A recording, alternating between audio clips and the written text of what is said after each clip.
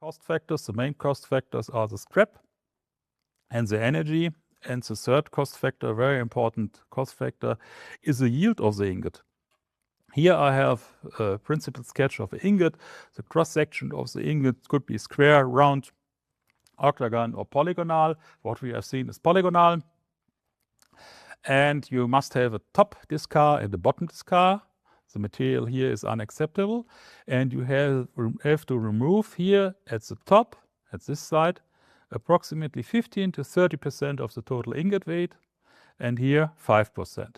So if we have a 100-ton ingot, you have to scrap around 25% at the bottom and at the top, and 2% tinder. From 100 tons, that are 27 tons. That's a lot.